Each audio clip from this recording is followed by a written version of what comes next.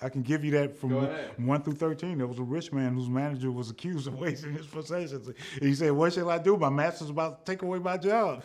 And I'm too weak to dig, and I'm too ashamed to beg." So he said, "I know what I'll do when I can go on." In the Self-Sabotage chapter of Awaken, Glenn Henderson explores how the haves and have-nots within the church reveal deeper issues of stewardship and priorities. Are we managing resources with purpose or turning them into idols? This powerful discussion challenges us to rethink unity, character, and true riches. That whole discourse is just amazing.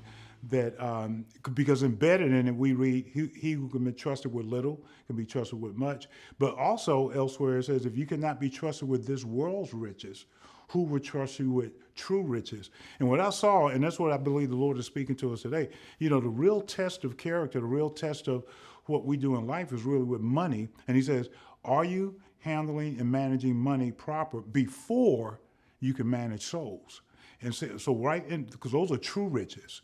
And so within the church, we have now this significant disparity. I had told somebody this. I said, when the place where I go and worship at on a Sunday is primarily in what we say African American, black folks, etc. And I said, when we have a board meeting, at our board meetings, we have a postmaster, we have a janitor, literally, that's our board. When I was in another worship setting in Atlanta, and I was the real minority, at their board meetings were lawyers, attorneys, bankers, people who own business. Do you see the significant difference? And that's okay. There's no chip on the shoulder. Acts 10:34, God's no respecter of people. But it is what we have missed in the church, it is up to the haves. Because the proverb says, a poor man can't put anybody to work. Of course, he also says, that's paraphrased, but it says a poor man has no fear. He fears no threat. Why? I ain't got nothing to lose. so you think about those of us who have, we're the ones always feeling threatened. You come to take my stuff. I got stuff to protect. I live in my gated community. And then you got somebody sitting over in the corner with nothing, and they're just as happy as a pig in slop, right? but it's up to those of us who have. When the Israelites left Egypt, God said, I'm going to tell, it was interesting. He said, I'm going to tell Pharaoh, let Moses go down, tell Pharaoh, let my people go. And then he said, I'm going to make it, this is good stuff.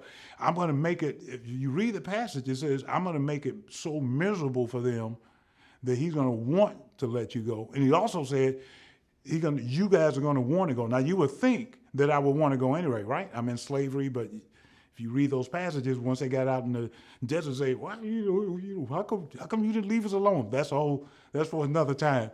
But the point there regarding the have and the have-not, when he finally released the people, what God said in two places, but you will not go empty-handed.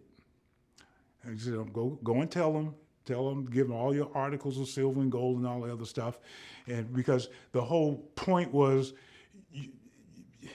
He intends for us to have what we need, right? And so, and it was up to the haves to give to the have-nots. Now the problem that most people, which is a different topic in the book on money, is what they did when they got the gold? They threw it into a fire, and out came a business. The golden calf.